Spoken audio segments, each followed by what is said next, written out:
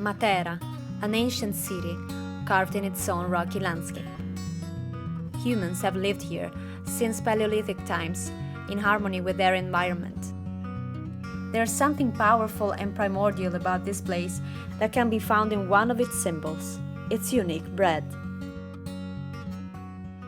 The special bread of Matera is a tradition that has been passed down through the centuries, and it's still very much alive in the local bakeries. I have to see how it's made. Benvenuti alla scoperta del pane di Matera, che è il cibo che racconta la città. L'Italia ne ha circa 600 di tipologie.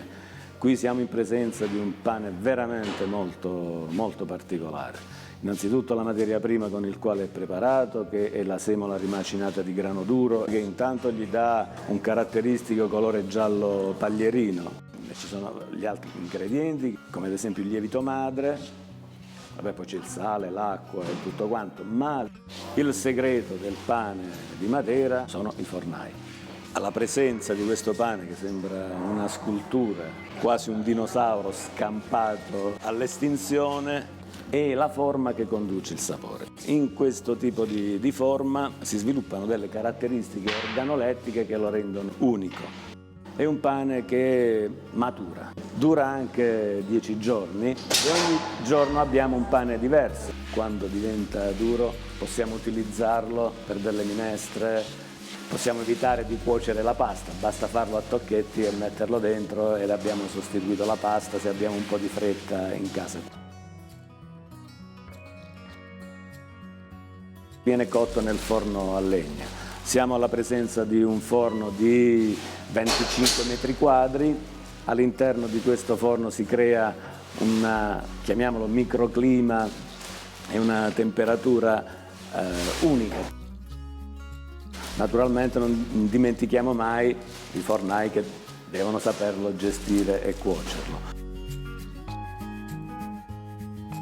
Pane e pace significa alimentare la pace in se stessi e la pace nel mondo. Sono due prodotti quotidiani di cui abbiamo tutti bisogno, di cui non possiamo farne a meno. Senza pane non c'è pace e senza pace non c'è pane. Tonino is right, and Matera provides both bread and peace in generous amounts. We're now joining Kim and John, a tourist couple, in Chef Enza Leone's kitchen. Enza is an ambassador of the local flavors and uses bread in many recipes.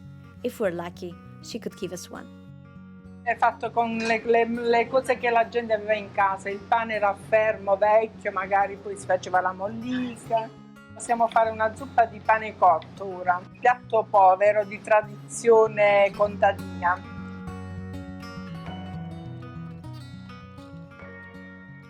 Di solito è una zuppa che si fa con il pane avanzato, con il pane del giorno prima, di 2 giorni prima, e si fa cuocere fino a quando il pane non si assorbe tutto il brodo. E poi se quelli che la facevano erano ricchi, mettevano il formaggio, se no la mangiavano così. Grazie. A voi. This is Vito. He gives customized tours on board his dashing Ape Piaggio. Matera is flourishing thanks to tourism and culture, and Vito is among the young people who are moving back to start their own business after studying and working in other Italian regions or abroad. Ho deciso di tornare a Matera perché volevo dare più valore alla qualità della vita che allo stipendio, dopo un'esperienza in giro per l'Italia come consulente informatico. Questo era un hobby, ho sempre lavorato in legno, da piccolo mi piaceva lavorare anche altri materiali come il tufo e quindi ho deciso di provare a reinventarmi. I timbri del pane che io realizzo hanno una storia e un significato ben preciso. Le case nei sassi, gli antichi rioni scavati nel tufo, non avevano abbastanza spazio per un forno che potesse cuocere il pane. Quindi esistevano dei forni comuni. Le massaie impastavano il pane in casa e portavano o facevano portare il pane a cuocere in un forno pubblico. C'era quindi la necessità di riconoscere il proprio pane.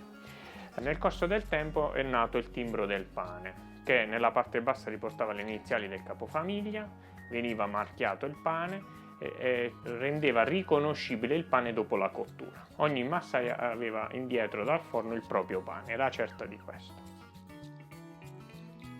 Nel corso del tempo il manico del timbro, all'inizio molto semplice, ha assunto dei significati. Questa era un'arte pastorale, erano i pastori che avevano molto tempo e intagliavano i timbri. La figura più diffusa come manico del timbro del pane è il gallo, rappresenta la figura maschile che protegge la casa quando l'uomo andava a lavorare per i campi. Poi era anche molto diffusa la torre, simbolo di forza, c'era la donna, simbolo di abbondanza, e tutte le figure legate alla tradizione e alla superstizione. Il timbro inoltre a volte veniva utilizzato per dichiararsi seriamente nei confronti di una donna. L'uomo regalava il timbro con le proprie iniziali ad una donna e in questo modo esprimeva serio interesse a mettere su una famiglia.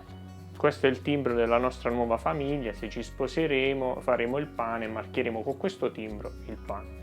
La donna poteva accettare il timbro, quindi accettare le avance, oppure rifiutare, in casi gravi rompere il timbro per far capire che non ne voleva sapere. I timbri del pane tradizionali erano ricavati da legni di recupero. Il pastore con le pecore trovava un ramo che gli piaceva particolarmente e intagliava il timbro. Ovviamente questi timbri sono pensati per durare un po' più a lungo di quelli antichi. Nel corso del tempo i timbri hanno anche cambiato un po' la loro forma. Le lettere sono diventate più grandi perché il pane moderno lievita molto di più di quello antico. I pastori avevano il loro stile di intaglio col coltello e i cittadini di Matera riuscivano a riconoscere l'autore del timbro grazie allo stile, ai dettagli, alla bravura nell'intaglio, eccetera. Io non replico i timbri antichi, bensì do il mio stile ai timbri moderni. Sono riuscito anche ad aprire un laboratorio più grande di questo, una falegnameria didattica, dove si può imparare quello che io faccio, costruire insieme un oggetto che poi magari ci si porta a casa.